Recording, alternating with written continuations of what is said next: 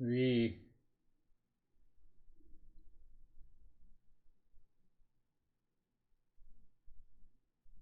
we are looking for happiness, peace, love and wisdom. Why?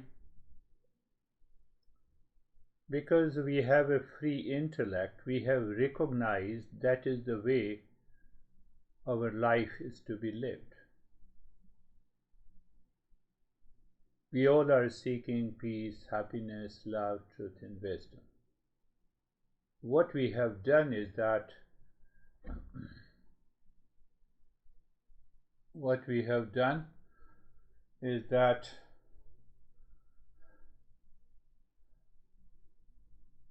we are looking for peace in the objects and the people outside.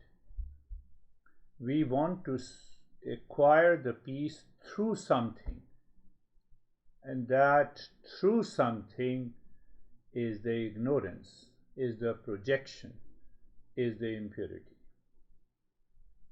Why it is so?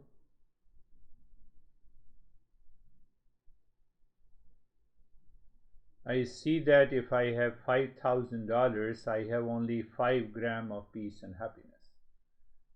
And if I have $5 million, I have 5 kilograms of peace and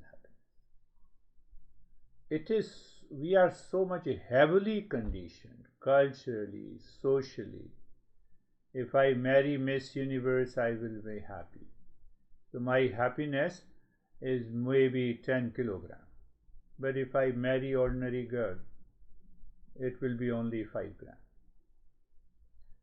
That idea in the mind, in the thought, in the feeling, in the emotions is so deep in our life. But at the same time, I marry Miss Universe and then I hate Miss Universe, then I want to be happy to divorce.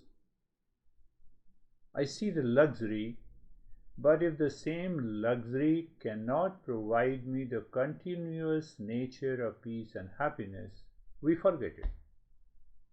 You buy the luxury car, luxury home, and ultimately after a few days, few months, we forget.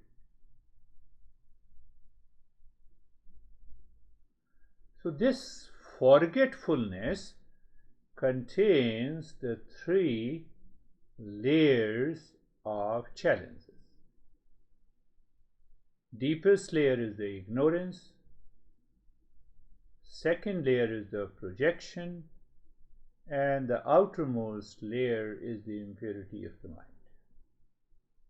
So because of the ignorance, I imagine peace and happiness, more peace and happiness quantitatively in $5 million than in $5,000. In Miss Universe than in ordinary girl, for example. Then in luxury instead of a simple car for transportation. That's why I go for imagined happiness to buy the stuff which is branded.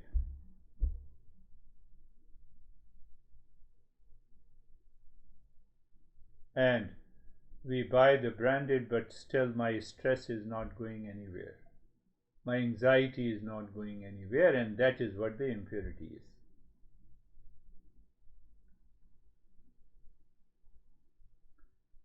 So now see that the mind in ignorance takes the about turn.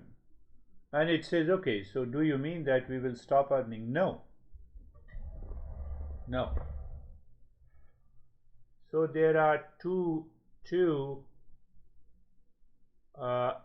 paths has been taught by our masters.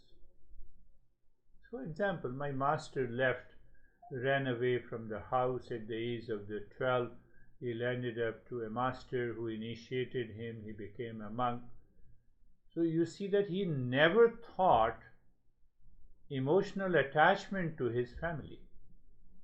At the age of 12 or 13, if you run away from the house, you are not at all attached to anything. You have such an intense desire.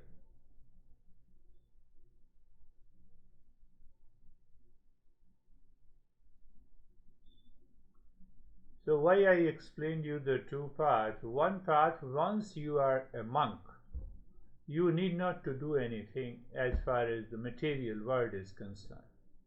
That is the tradition. When you reach the highest level of intense seeking insight, where the mind says, no, I'm not doing anything. So the Eastern wisdom has laid down the principle that we have to serve, we have to respect, we have to take care, we have to support these monks. These monks, not all the monks, but we don't recognize. We have many criminals also in the garb of a monk. So we are not talking of those people. We are also seeing many monks who are marketing their no, we are not looking there. A monk who had an intense desire, first, after reaching to the state of enlightenment, he is still detached with everything. And it is the responsibility of the society to support. Second, I have a desire. Even though I can say I have an intense desire, I'm living a family, professional life, social life. So Ramakrishna says that it is always good to live in the family and become a seeker. Otherwise, you have already become a monk. You have an intense desire. You left everything, and there is no issue at all. So that state is already gone. We still have many impressions where we want to live our professional, social, and the family life. So the master says that is a perfect condition for a family man, for a person who is also a seeker, living the family life. Why? For a monk who is trying to achieve the highest, they don't know what food they will get the next day, where they are going to stay. They don't have any house. But Ramakrishna says to be a seeker in the family life is the greatest. First thing, you don't need to worry about the food that you will get. You get the 3 meals every day in the house. You have a house you can place.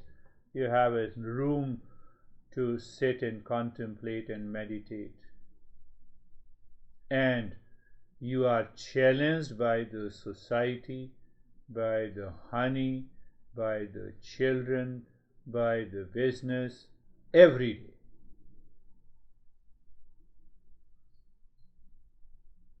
So that offers you how to evolve in that condition.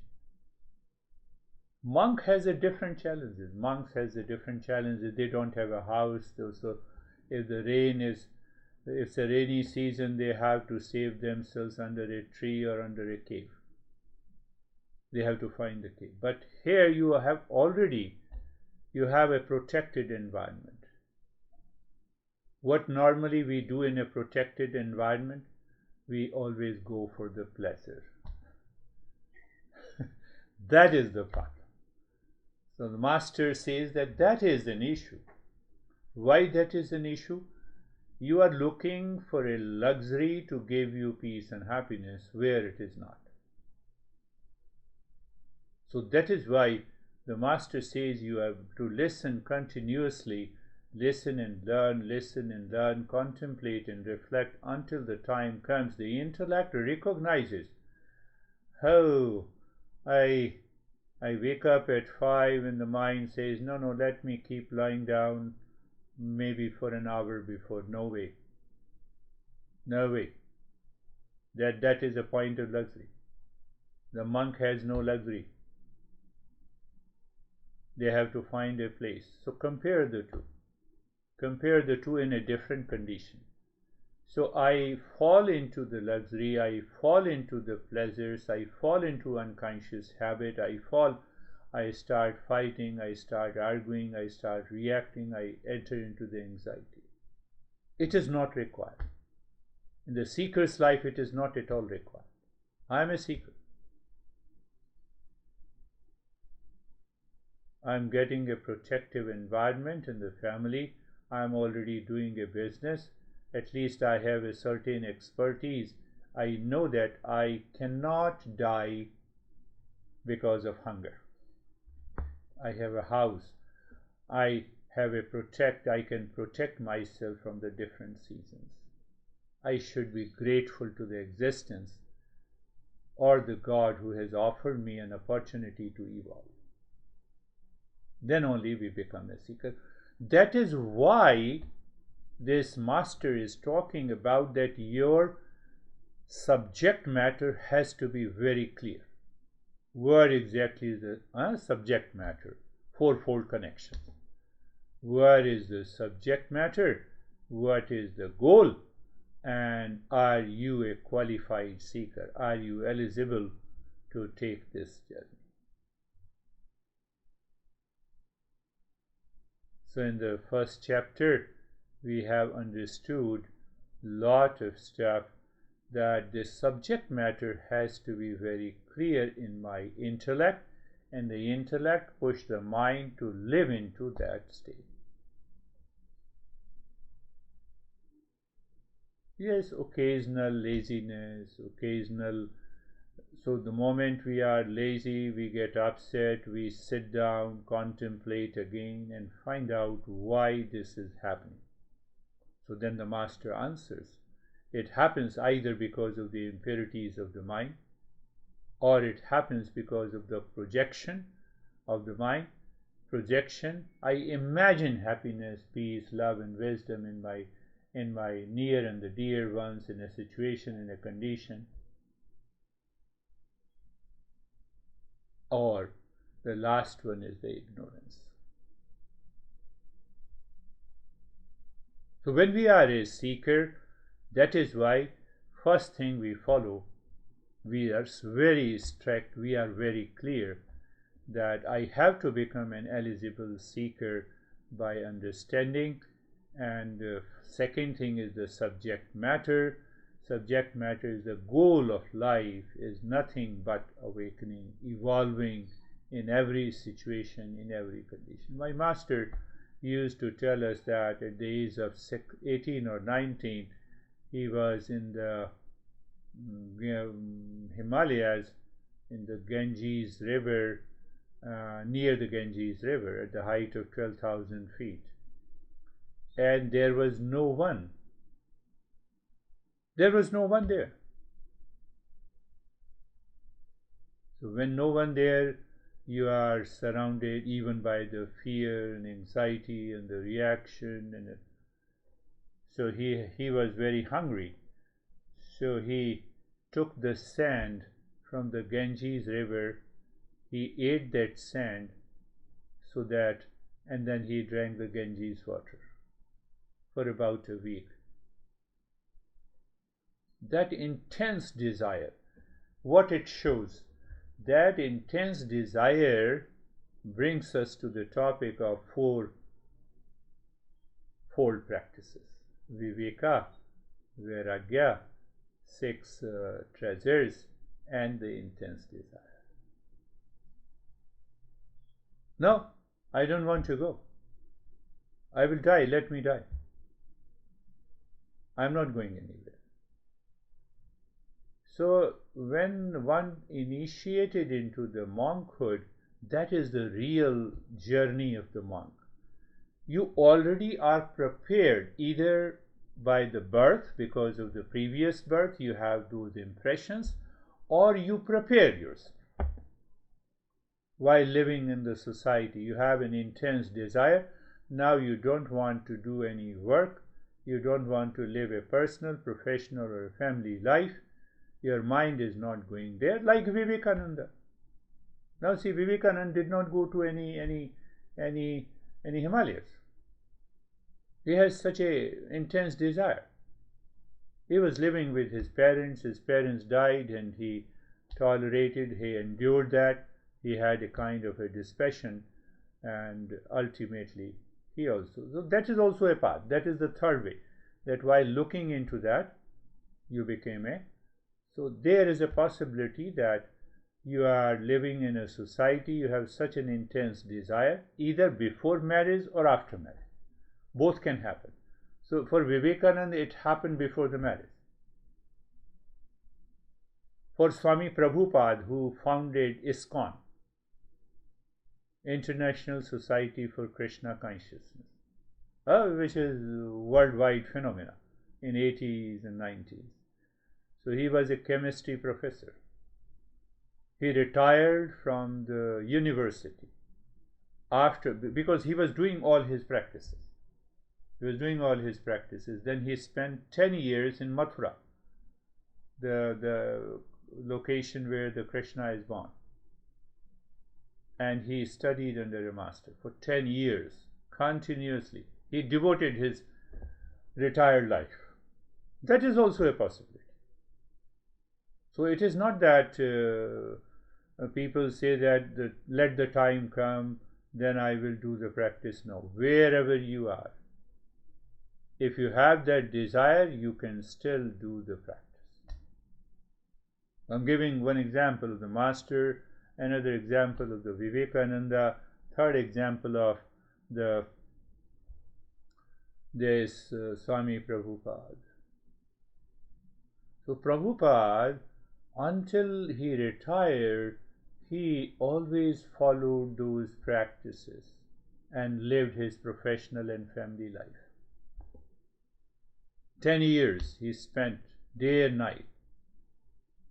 He reached to that state, and then he became a monk. So even a family man can reach to that state of a monkhood. Which one is good or bad? Nothing is good and bad. It depends on your temperament. I have to analyze, contemplate, and reflect what I am going to do, how I am going to proceed to this life. It is very important to understand. We have to analyze sometimes what happens, because we enter into a conflict between the professional life and the seeker's life. We have to get rid of it. We have to remove all those objections, all those conflict between a professional life and the seeker's life, family life and the seeker's life. I told you, this guy returned again after 3 years, and now he's committed and he's learning Gita. He once told me that, I just got a dream that I'm learning Gita from you, and I studied Bible couple of times, and then I recognized that I cannot understand it, and that is why I returned.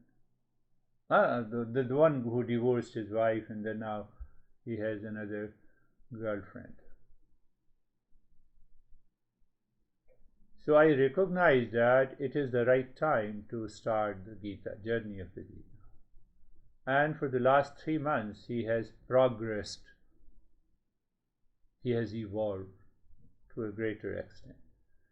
So in between, he has a problem. What should I do? My girlfriend always wants a physical relationship, so I cannot resist. I said, you are a seeker. You have to find out the role of a seeker, living a family life. I will not say anything in favor or against. You are living a seeker's life. He stopped talking about that, and I could see there is a change.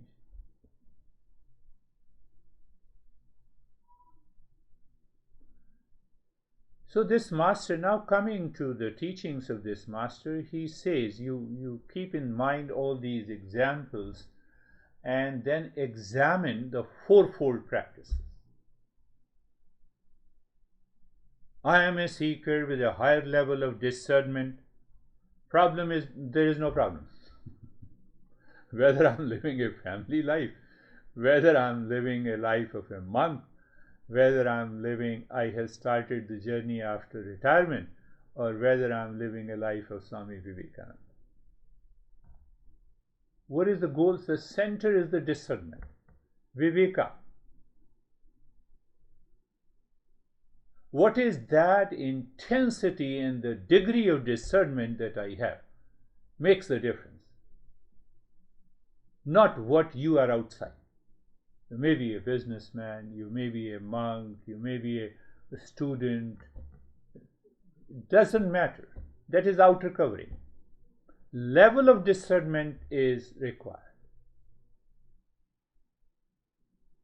So again compare.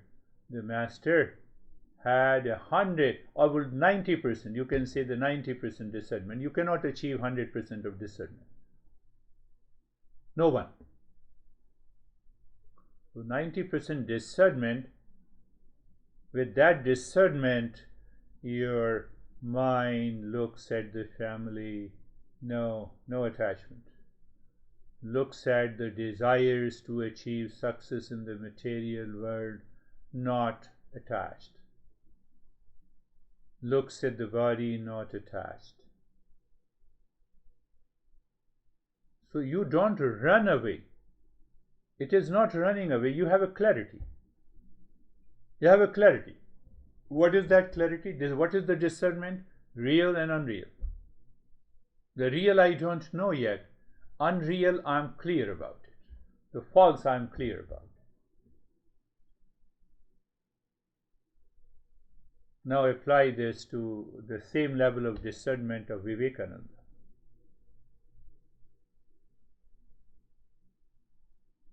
It was the time of his marriage and he recognized not required. Apply the same to Swami Prabhupada. He became aware. He later realized what is the power of discernment. But at that time he is already married with a lot of kids. So it means now is the time to live in the discernment with my kids, with my wife. Oh, it's okay. That is also okay. What is very important? Not the outer situation. We have to contemplate and reflect on this again and again. He was living his professional life. He was doing his job, teaching chemistry. He's a professor of chemistry in a university. So what the discernment said? The discernment awakened his mind and his intellect, and he said, let me complete the journey of my family life. And then he went and became a monk. Possible. What about us? We will continue to live if the discernment says, no, let me continue to live where I am with all the possessions, but with an intense detachment and dispassion with everything. I need not to become a monk. I need not to become. Like there is a fifth example. You have perhaps that his literature, Nisargadatta Maharaj, who am I? He continued to live in his family. He reached to the highest state. What is very important? You have to pay attention. Not running away from the house, not going for a retreat. Going for a retreat means I'm escaping from the attachment. Once I return, I will again get attached. For 5 days, 7 days of retreat. It is a delusion. It doesn't help.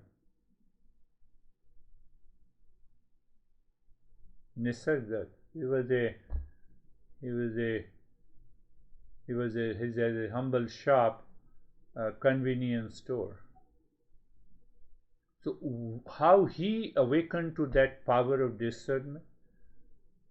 You have read the story that he has his friend, and friend asked him that, why don't we go together to a master who is living his last breath. And there the master gave only one instruction, that you are the real self, you are the peace and happiness. So what is the intense discernment? While returning home, his mind was asking that this monk had no interest in me. As far as my money, no interest in my money. He just told me. So it means if that is not the truth, then he is not, if it is the truth, it means he is the honest guy. And he kept on contemplating and reflecting. I'm telling you the power of contemplation and reflection. Because of the contemplation and reflection, we awaken to power of discernment, the viveka and the vairagya both. And he reached to that height. So normally what we look at the outer conditions. Oh, Vivekananda got a great master. No. Vivekananda got the power of discernment, which was very intense.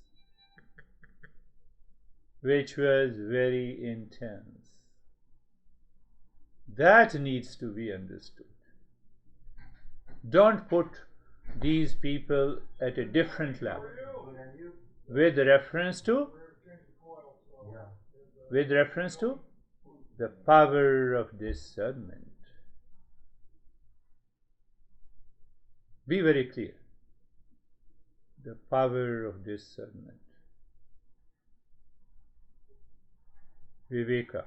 And what is Viveka? Simple definition of Viveka is I know what is false and what is real. Master passes on this knowledge in a very simple way. Find out what is false and what is real.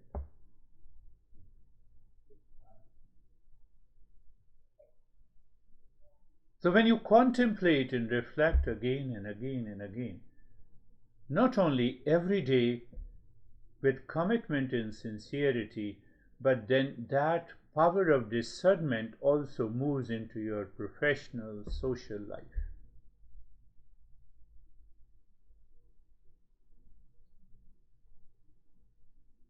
So now I'll compare it with this guy whom I was talking about. So I'm also teaching his girlfriend, luckily.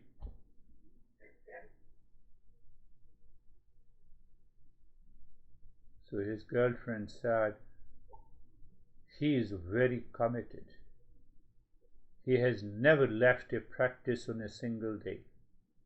I have seen him sitting in the room, contemplating and reflecting, and sitting in meditation. His behavior has changed. He is now very soft and gentle. So I was smiling inside. I said, your urge of physical need will also be dropped. I know that. Now she will not be demanding. Because you see that aura. That is another way to understand the power of discernment. Look at it. I am just giving you practical examples. A couple of weeks ago, I went to their house and I saw everything. Like you, they are also millionaires, such a big house and all the facilities. First time, it is not me, but first time it is the power of discernment, because now he is attached to the real self. He is attached to the real self. He came out of the house to see me off at the car. That's another state of the humility. So humility is the natural to those who have that power of discernment.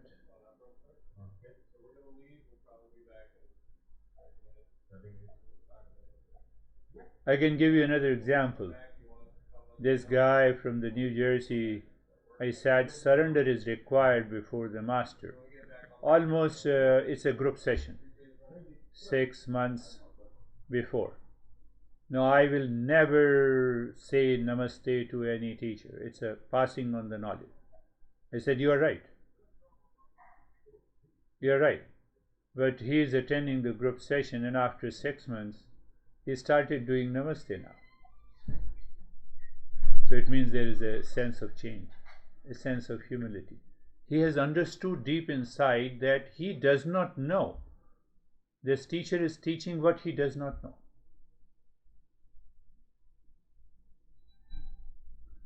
Different colors of the powers of discernment.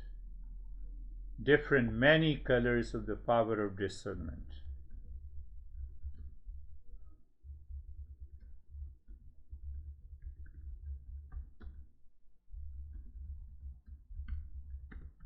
Understand it clearly.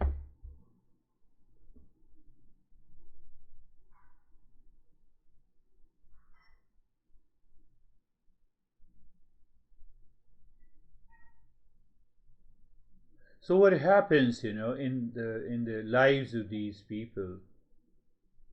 Your eyes are intact, your five sense organs are intact, you are still working through the five sense organs and the mind, but something inside, your insight, your perception, does not contain an element of the impurity, and also do not contain the projections. You don't see the imagined pleasure. You don't see the projected happiness in any object, in any situation, in any condition.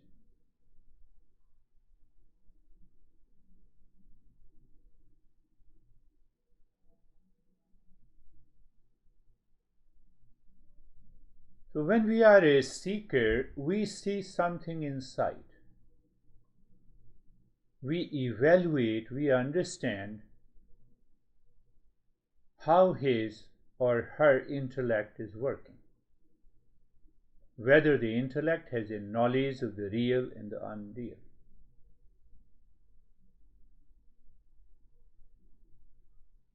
Just having a convenience shop, you are totally illiterate and still you can think and contemplate. So your mind goes to the monk who gave only one instruction, that you are peace and happiness. So now his mind thought that this monk cannot be selfish because he told me that you are peace and happiness. And he became a Nisargdat. Maharaj. Maharaj means, the king. So, king in the journey of this self-discovery. Vivekananda criticized Ramakrishna a couple of times. Oh, we are not affected by that. We are not affected by that. We take everything casually. And the same thing with my master. He started eating the sand instead of the dangers of eating sand and dying. So what happens in the power of the discernment, you also reach to a state where you are not at all scared. No, you have no fear at all.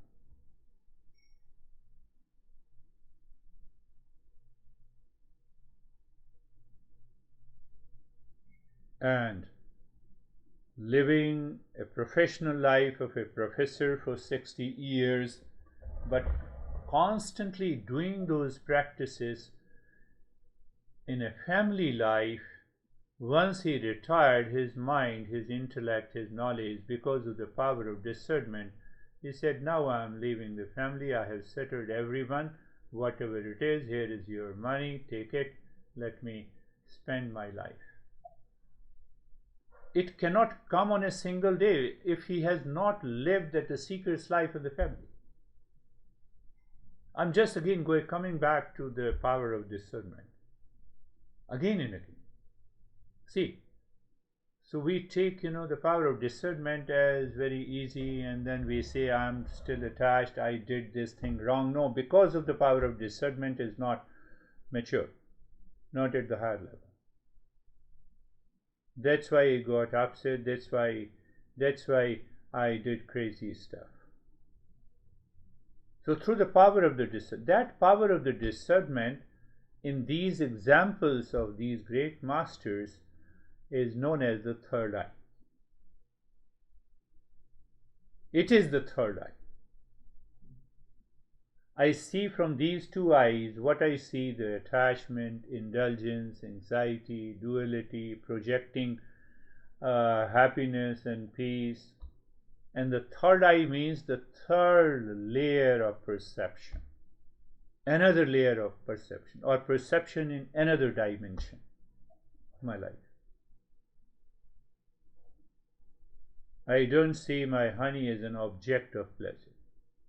Even if there is a pressure, there is a force, you go for it and release it. You are doing it for the sake of releasing. So when your discernment says, oh, this is what it is like eating pasta, the same kind of pleasure, 5 grams of pleasure, I'm looking for 5 kilograms, it will never happen.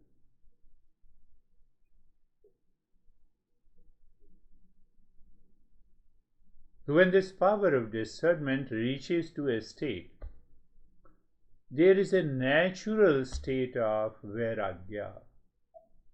This passion is natural. How many objects you are attached to when you go to the store, and you go to the store to buy a particular thing. So your mind is attached to only particular thing. Even you pass through all the aisles where millions of objects are lying, you see them, but still you do not pay attention to them. Your mind always looks for an object that you are looking for. That is also a vairagya. That is also a dispassion.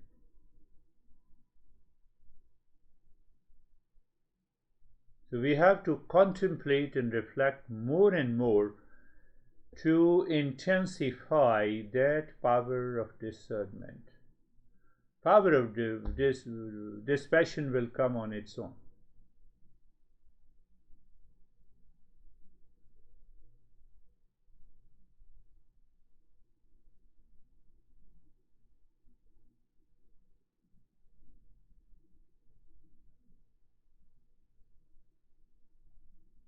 That power of discernment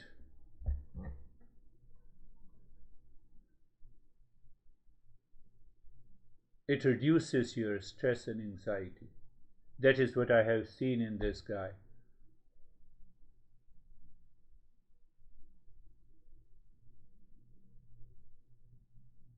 He told me he has 5-6 houses, and then he also told me that he is running short of money.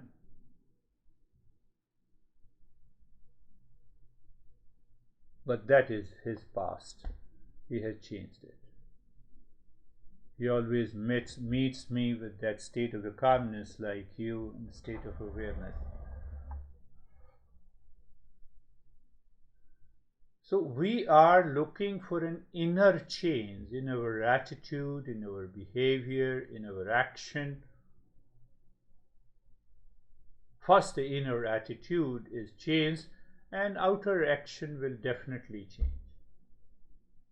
My responses to the things, to the personal life and the professional life has changed. It is with reference to the real self. It is not with reference to the ego, which causes the false identity. We have to think again and again. We reach to a point of awareness where they both are working. Ego going to the false identity, and there is something more which goes to the higher level of discernment. And then what happens? Gradually the intellect chooses that insight. Not only your perception, your thought, your speech, your action, everything changes.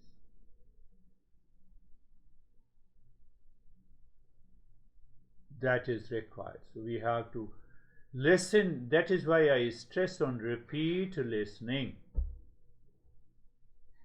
And every master says the same thing. You listen and learn, and you do the repeat listening, and after repeat listening, now you are contemplating and reflecting. You reach to the higher level of a reflection, you will enter into the meditation. You don't need any practice. You are totally absorbed. You keep looking every thought, feeling, past impressions through the eye of discernment. They do not touch you. And you find yourself, you are already absorbed into the state of meditation. Only when we reach to that state, then we can take up these objections by the non-seeker again. That is where I wanted to come. That is the message also given by the Shankaracharya. I have repeated many a time, Satasangatve Nisasangatvam. So the satsang simply means listening and learning. I remembered, and I still listen to the talks by my master on Ashtavakra Gita. If I remember correctly, I have heard his talk more than 500 times. How? Oh, I'm just lying down in the bed and I said, let us switch on and pay attention for an hour before I sleep. Let me listen to it. Let me listen to it again, today also. So what happens? That becomes a satsang.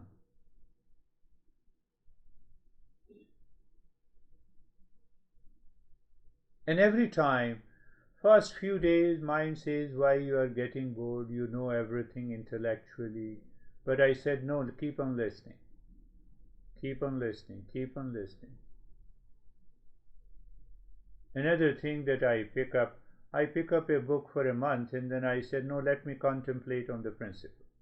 That is the second thing I do. I still do it. I enjoy doing it because I am in the profession of teaching. For the guy who is teaching, he has to continue. That is what is our tradition says. If I'm into a different profession, I need not to do it. I have to do it.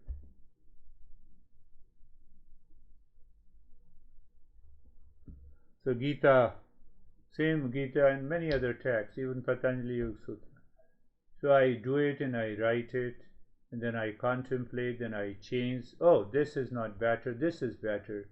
So every time your contemplation and reflection works. So when you simply work, listen and learn and contemplate and reflect and practice, you need not to worry about your attachment to the things. It will come automatically.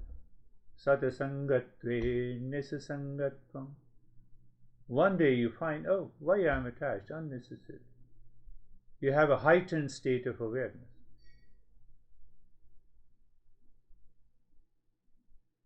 Vivekananda returned from US. He was invited by a king. In those days, India was still under the British colony. And that king has organized a dance program, dancing of the girls, and Vivekananda was invited. Vivekananda was also a devotee of the mother, as the Ramakrishna was.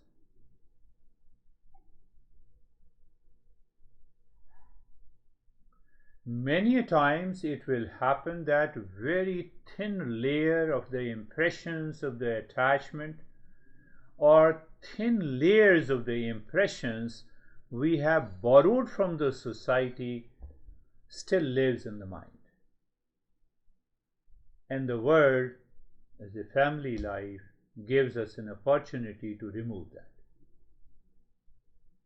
If we live a life of a seeker. So when the dance started, the girls started dancing, and that drink was served. So Vivekanand went inside the room and locked it. Past impression. Past impression still works. You forget. For a moment you forget, and then you have a projection, and then you have anxiety, and then you have a duality, where I have come, what the heck. No, you are in the world of a God. Why you say that?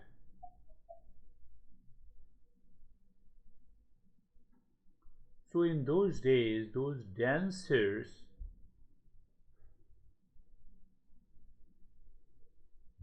also had a unique tradition in India. Those dancers have the spiritual instructions also. So that dancing girl started singing, and the message is, and Vivekanand was listening, sitting in his room, totally disturbed. And the message of that song was, you see, it is all power of discernment, nothing else. So the message through that singing was that, hey monk, when you see the entire world as the mother goddess, why you are excluding me? So the existence create those conditions if you are a seeker. It's a long poem. I don't remember completely, but that is the message. That you are worshipping the goddess, and Goddess Mother is present everywhere. Why you have excluded me? Vivekananda opened the door, touched the feet. Yes, Mother. So your past impressions, we don't know how they are going to melt away, and it results into an awakening. So every situation, every condition in our life is an opportunity for us to evolve. Because we are living a family life. We are not living a monk life. Monk life means, I need not to worry about the food, I need not to worry about the house, I am getting 3 meals every day, I have all the books, I am sitting near the teacher every day, teacher is teaching for a couple of hours, I have the ability to sit in meditation for 2, 3, 4, 5 hours. Because that sense of attachment is already gone. I live at a very high level of discernment. So Swami Prabhupada did not find that in the early days. After that he was ready. He was doing the practice. He was already doing the practice. With Vivekananda, because he was constantly living with the master, so he never thought of getting married.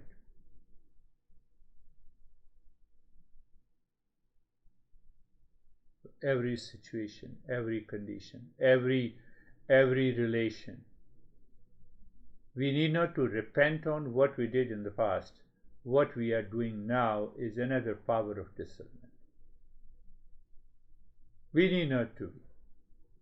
Where I am now, from here, I start every day. You start the journey fresh.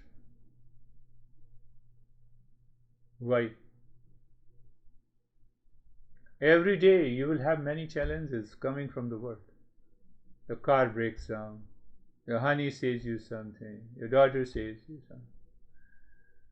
You lose money, you earn money. You have a health sickness in the body. Every day the life is totally changed. Can you introduce the power of discernment in every moment in your life, in every condition? It will go a long way. It will go a long way. You're not too much attached when you have lot of money. You are not stressed when you have less money. You are not frustrated because you are sick. You don't misuse the body when it is healthy. There are many moments of discernment. We discern all the time between the false and the real.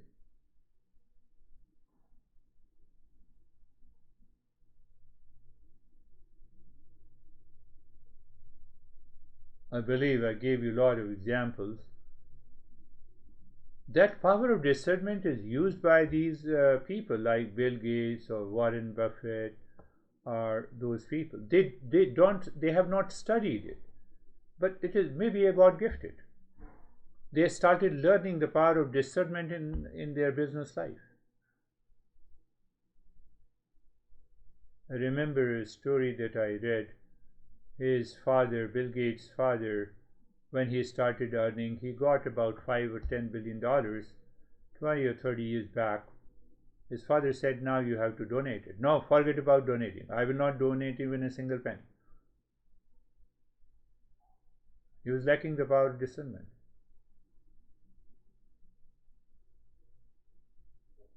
And now the time has come, he donated more than $90 billion.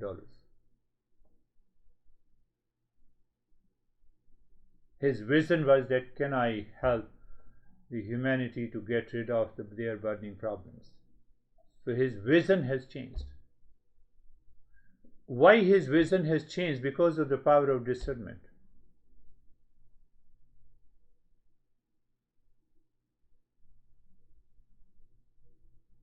So he had a grand vision. His mind, if I can read his mind says that the entire world is my family. So why that changed? What happened is the entire world is a family. So I minimize the activities of my selfish ego. That is also a power of discernment. I'm not limited with my body, with my mind, with my duality in a conflict, seeking the pleasure on a certain thing, and always living in the duality and the delusion. That is gone. For that we need not to become the Bill Gates. We need a power of discernment. Don't look outside. You have to look inside. You have to look at your intellect. No, I don't have that much of money. How can I donate $90 billion? That is not required. That's the wrong approach. Where we are, in whatever the situation we are, in whatever the relationship we are, we can progress. We can understand it. Understanding always follows the cause and effect relationship.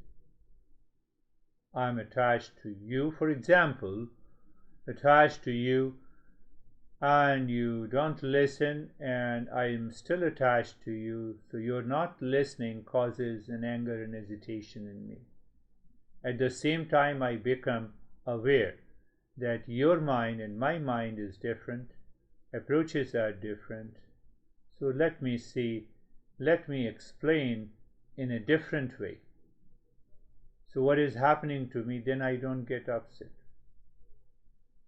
I always see an option, I always see an opportunity to explain. My master used to say that, we keep on speaking and speaking and speaking. Only goal is to help other people to awaken. So we use hundreds of tools, hundreds of direct and indirect approaches. And that is what is all about the 3,000 texts that we have. One thing is common. Everyone says you have to realize the real self.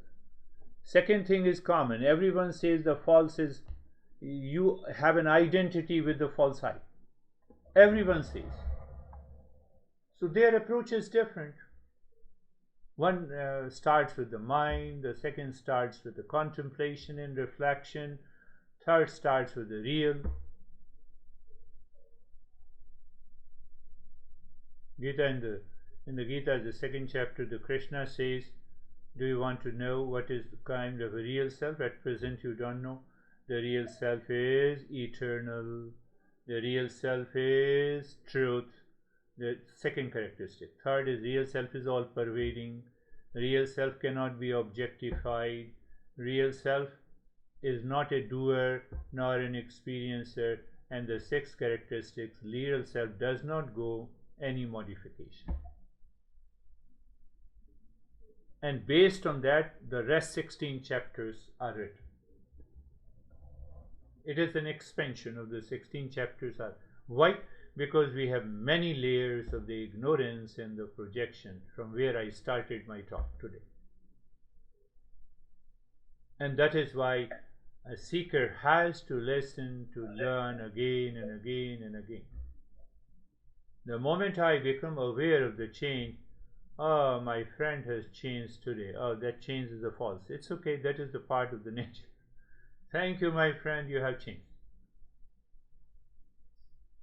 I gave you that example, this guy, young guy who told me, I gave this girl 200%. I said, who told you to give 200% to this girl? You have been with me for the last 2 years and you have not given even 50% to me. So he also started now. He said, sir, what you are saying? I said, I'm saying you're right. This is the fact. You lack the discernment.